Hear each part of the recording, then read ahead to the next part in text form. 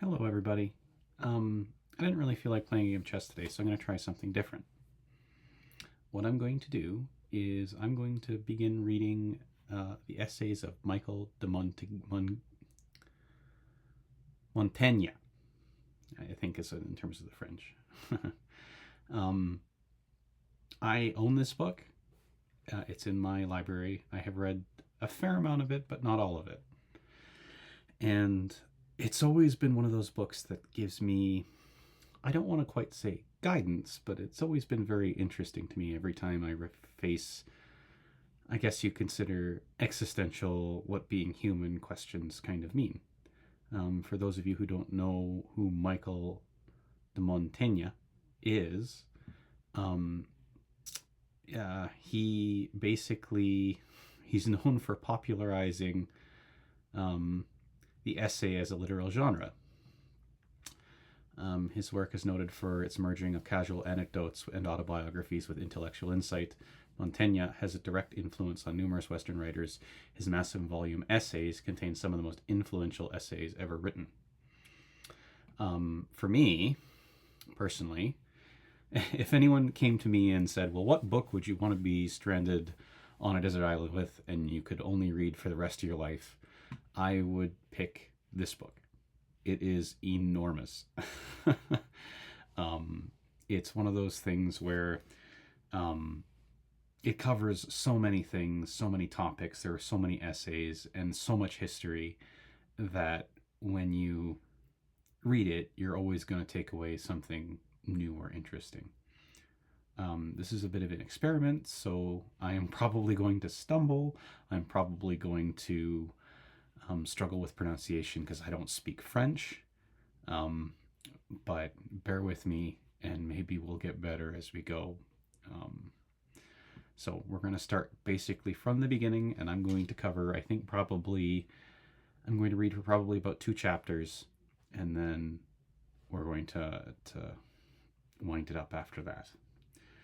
So, Chapter 1, that men by various ways arrive at the same end. The most usual way of appeasing the indignation of such as we have any way offended, when we see them in possession of the power of revenge, and find that we absolutely lie at their mercy, is by submission, to move them to commiseration and pity. And yet bravery, consistency, and revolution, however, quite contrary means, have somehow served to produce the same effect. Florio's vision begins thus. The most usual way to appease those minds we have offended, when revenge lies in their hands, is that we stand at their mercy, and that we stand at their mercy is by submission, to move them to commiseration and pity. Nevertheless, courage, conscience, and resolution, means the altogether opposite, have sometimes wrought the same effect. Edward, Prince of Wales, Edward, the Black Prince D.W., the same who so long governed our Guinea, a person whose condition and fortune have in them a great deal of the most notable and most considerable parts of grandeur, having been highly incensed by the Limousins and taken their city by assault, was not either by the cries of the people or the prayers and tears of the women and children, abandoned to slaughter and prostrate at the feet for mercy, to be stayed from persecuting his revenge. Till, penetrating further into the town, he at last took notice of 3 French gentlemen. These were Jean de Villemur, Hugh de la Roche, and Roger de Belfort, who with incredible bravery alone stood the power of this victorious army. Then with consideration and respect unto so remarkable a valor, first stopped the torrent of his fury, and that his clemency beginning with these 3 cavaliers was afterwards extended to all remaining inhabitants of the city. Scanderbeg, Prince of Epirus, pursuing one of his soldiers with purpose to kill him, the soldier having in vain tried by all the ways of humility and supplication to appease him, resolved, as his last refuge, to face about and await him sword in hand. Which behavior of his gave sudden stop to his captain's fury, for who, foreseeing him assume so notable a resolution, received him into grace. An example, however, that might suffer another interpretation with such as have not read of the prodigious force and valor of that prince. The Emperor Conrad III, having besieged Gelf, Duke of Bavaria, in Weisenberg, Upper Bavaria, would not be prevailed upon. What mean and unmanly satisfactions soever were tendered to him, to condense to milder conditions than that the ladies and gentlewomen only who were in the town with the Duke might go out without violation of their honor on foot with so much only that they could carry about them. Whereupon they, out of the magnanimity of heart, presently contrived to carry upon their shoulders their husbands and children. And the Duke himself, a sight at which the Emperor was so pleased, that ravished with the generosity of the action, he wept for joy, and immediately extinguishing in his heart the mortal and capital hatred he had conceived against this Duke, he from that time forward treated him with all his humility. The one and the other of these two ways would with great facility work upon my nature, for I have a marvelous propensity to mercy and mildness, and to such a degree that I fancy of the two I should sooner surrender my anger to compassion than to esteem. And yet pity is reputed a vice amongst the Stoics, who will that we succor the affected, but not that we should be so affected with their suffering as to suffer with them. I conceive these examples not ill-suited to the question in hand, and that rather because therein we observe the great souls assaulted and tried by these two several ways to resist the one without relenting, and to be shook and subjected by the other. It may be true that to suffer a man's heart to be totally subdued by compassion may be imputed to facility, effeminacy, and over-tenderness, whence it comes to pass that the weaker natures, as of women, children, and the common sort of people, are the most subject to it, but ever having resisted and disdained the power of groans and tears to yield to the sole reverence of the sacred image of valor, this can be no other than the effect of a strong and inflexible soul enamored of and honoring masculine and obstinate courage. Nevertheless, astonishment and admiration may, in less generous minds, beget a like effect. Witness the people of Thebes, who, having put two of their generals upon trial for the lies of having continued in arms beyond the precise terms of their commission, very hardly pardoned Pelopidas, who, bowing under the weight of so dangerous an accusation, made no manner of defense for himself, nor produced other arguments than prayers and supplications, whereas, on the contrary, Meadonis, failing to recount magnoqueliently the exploits he had performed in their service, and after a haughty and arrogant manner reproached them with ingratitude and injustice. They had not the heart to proceed any further in his trial, but broke up the court and departed, the whole assembly highly commending the high courage of his personage. Dionysius the elder, we're up here, by the way, Dionysius the elder, after having, by a tedious siege and thorough exceeding great difficulties, taken the city of Reggio, and in it the governor Python, a very gallant man, who had made so obstinate a defense, was resolved to make him a tragical example of his revenge, in order whereunto he first told him that he had the day before caused his son and all his kindred to be drowned. To which Python returned no other answer but this, that they were then by one day happier than he. After which, causing him to be stripped and delivering him into the hands of the tormentors, he was by then not only dragged through the streets of the town, but most ignominiously and cruelly whipped, but moreover vilified with the most bitter and contumelious language. Yet still he maintained his courage entire all the way, with a strong voice and undaunted countenance, proclaiming the honorable and glorious cause of his death, namely, for that he would not deliver up his country into the hands of a tyrant. at the same time denouncing against him a speedy chastisement from the offended gods, at which Dionysus, reading in his soldiers' looks that instead of being incensed at the haughty language of his conquered enemy, to the contempt of their captain and his triumph, they were not only struck with admiration of so rare a virtue, but moreover inclined to mutiny, and were even ready to rescue the prisoner out of the hangman's hands.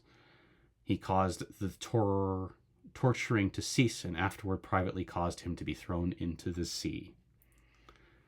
Man, in good earnest, is a marvelous, vain, fickle, and unstable subject, on whom it is very hard to form any certain and uniform judgment. From Pompey could pardon the whole city of the Mamertines, though furiously incensed against it, upon the single account of the virtue and magnanimity of one citizen, Zeno, who took the fault of the public wholly upon himself, neither entreated other favor, but alone undergone the punishment for all. And yet Silius' host, having in the city of Perugia manifested the same virtue, obtained nothing by it, either for himself or his fellow citizens. And directly contrary to my first example, the bravest of all men, and who was reputed so gracious to all he overcame, Alexander, having after many great difficulties forced the city of Gaza, and entering found Betis, who commanded there, and of whose valor in the time of the siege he had most marvellously manifest proof, alone, forsaken by all his soldiers, his armor hacked and he hewn to pieces, covered all over with blood and wounds, and yet still fighting in the crowd of a number of Macedonians who were laying on him all sides. He said to him, nettled at so dear brought a victory, for in addition to the other damage, he had 2 wounds newly received in his own person, "Thou shalt not die, Betis, as thou dost intend, but sure thou shalt suffer all the torments that can be inflicted on a captive." To which Menace and other returning no answer, but only fierce and disdainful look. "What," says Alexander, observing his haughty and obstinate silence, "is he too stiff to bend a knee? Is he too proud to utter one supplicant word?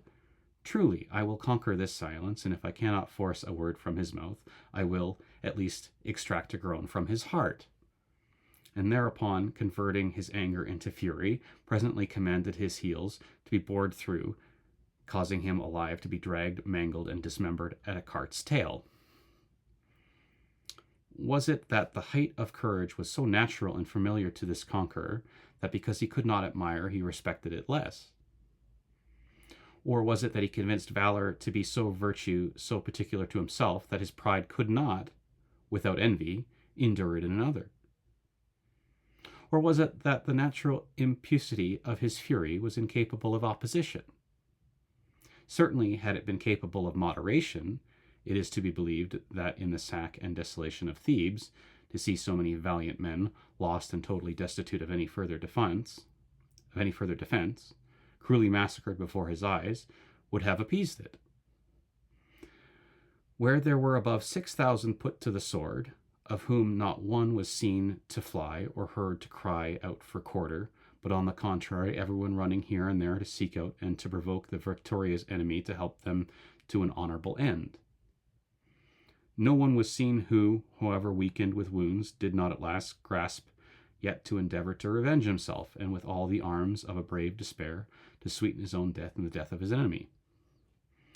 Yet did their valor create no pity, and the length of one day was not enough to satiate the thirst of the conqueror's revenge, but the slaughter continued till the last drop of blood that was capable of being shed, and stopped till not it met with none but unarmed persons, old men, women, children of them, to carry away the number of 30,000 slaves.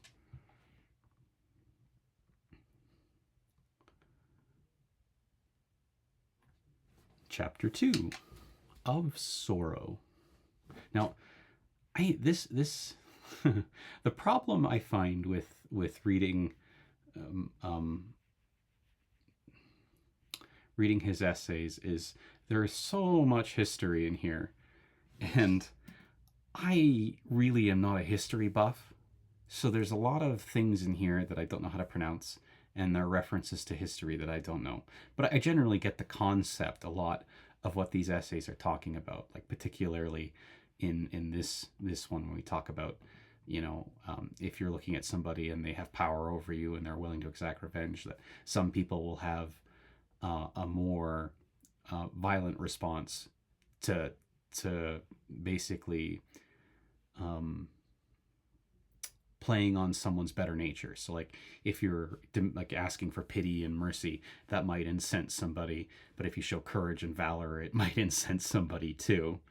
It depends on the person, right? You don't know who you're dealing with. The person that might be extracting revenge might be a full-out monster, and no matter what you do, whether it be through pity or through valor or courage, you get the same response because they're not reacting to human beings at all. It is particularly in this particular part of the essay where they talk about, where is that in here? Man, in his marvelous vain, fickle, and unstable subject, on whom it's very hard to form any certain or uniform judgment, right?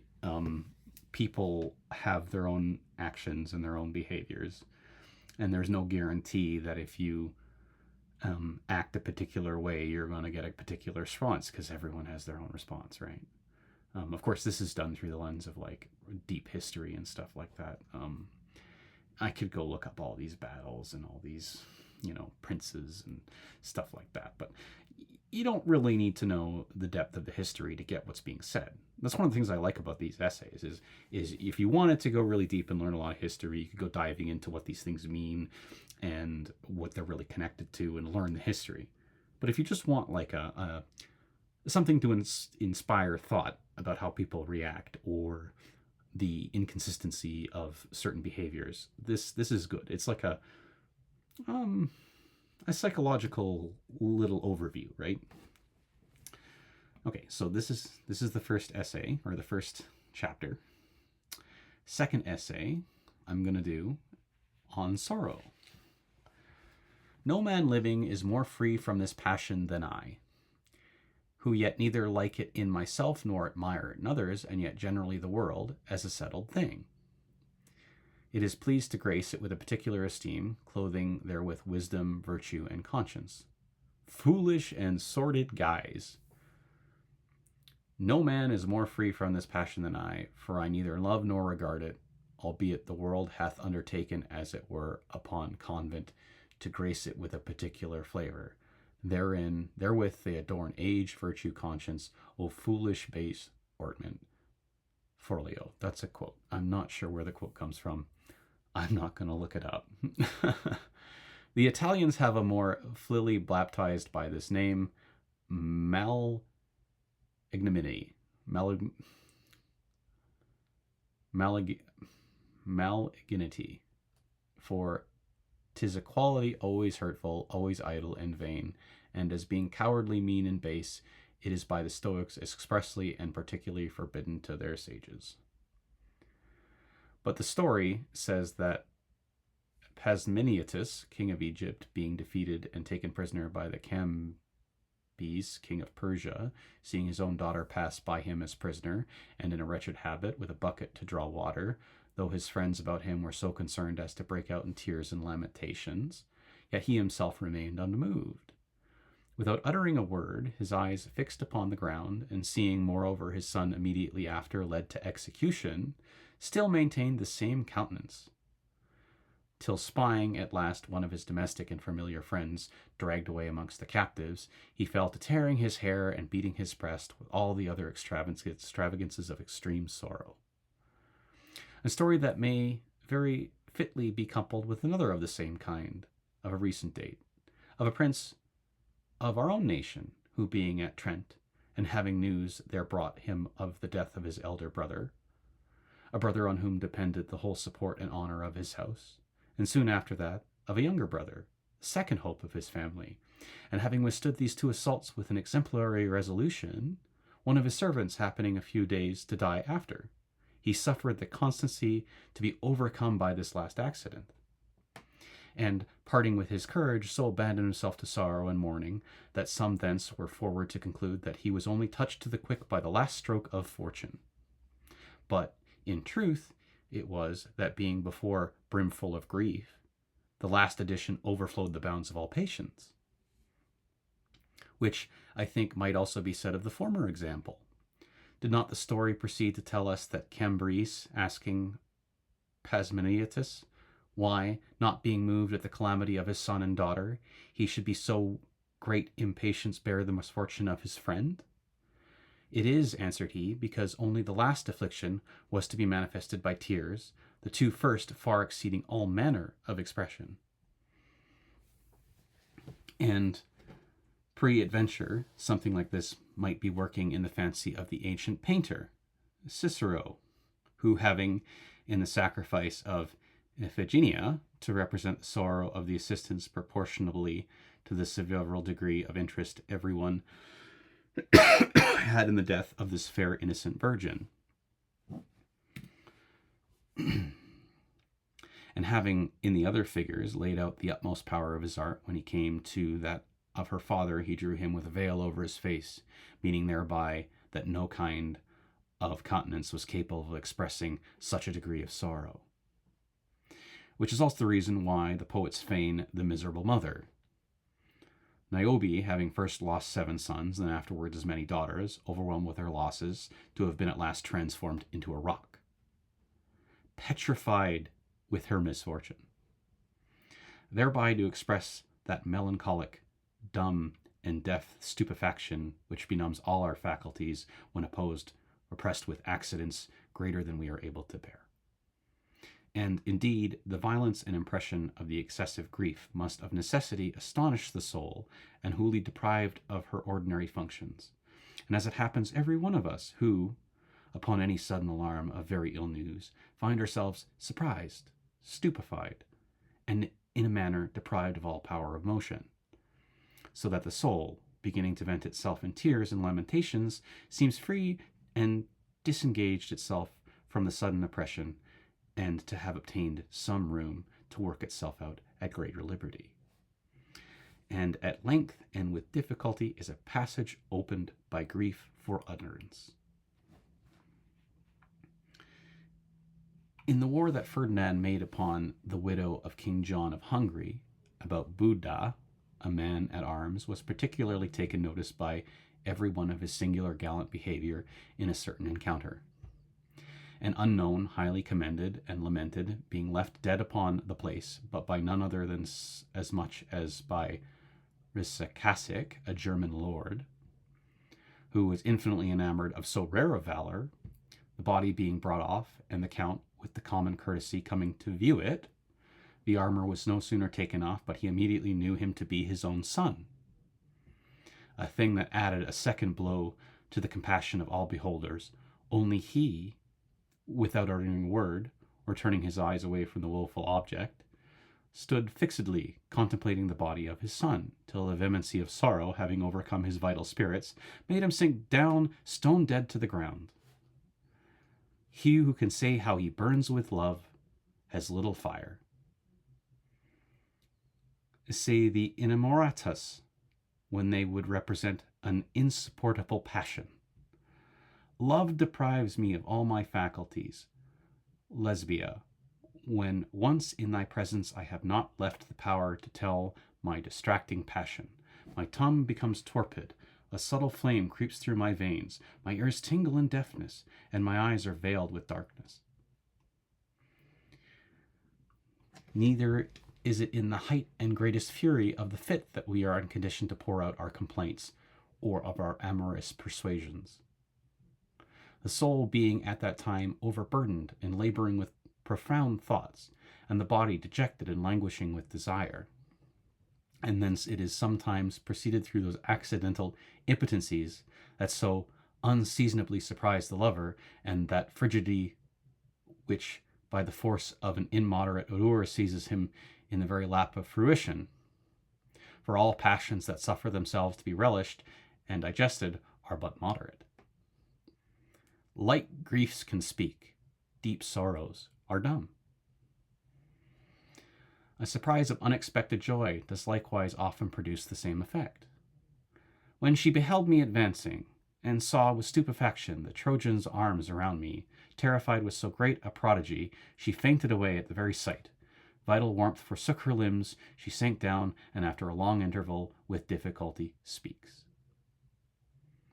Besides the examples of the Roman lady who died for joy to see her son's safe return from the defeat of Canaan, and of Sophocles and Dionysus the tyrant, tells us that Dionysus was so overjoyed at the news that he had made a great sacrifice upon it to the gods, prepared sumptuous feasts, to which he invited all his friends, and therein drank so excessively that it threw him into a very bad distemper.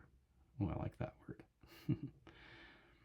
Who died of joy, and the Thalinia, who died in Corsica, reading the news of the honors of the Roman Senate, had decreed in his favor. We have, moreover, in our time, of Pope Leo X, who, upon the news of taking of Milan, a thing he had so ardently desired, was rapt with so sudden and excessive joy that he immediately fell into a fever and died.